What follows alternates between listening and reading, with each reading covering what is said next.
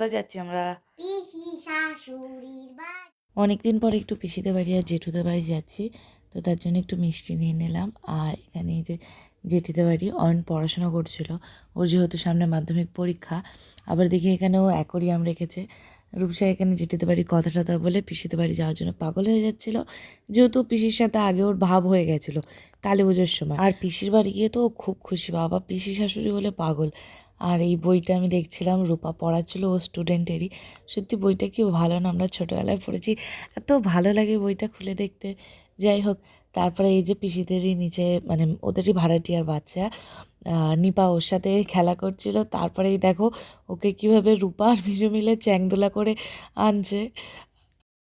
রূপসা তো খুব মজা পেয়েছে। তারপর দিবেন্দুর সাথে খেলা করছিল, মানে ও একেবারে সবার যেন চোখের মনি হয়ে গেছে।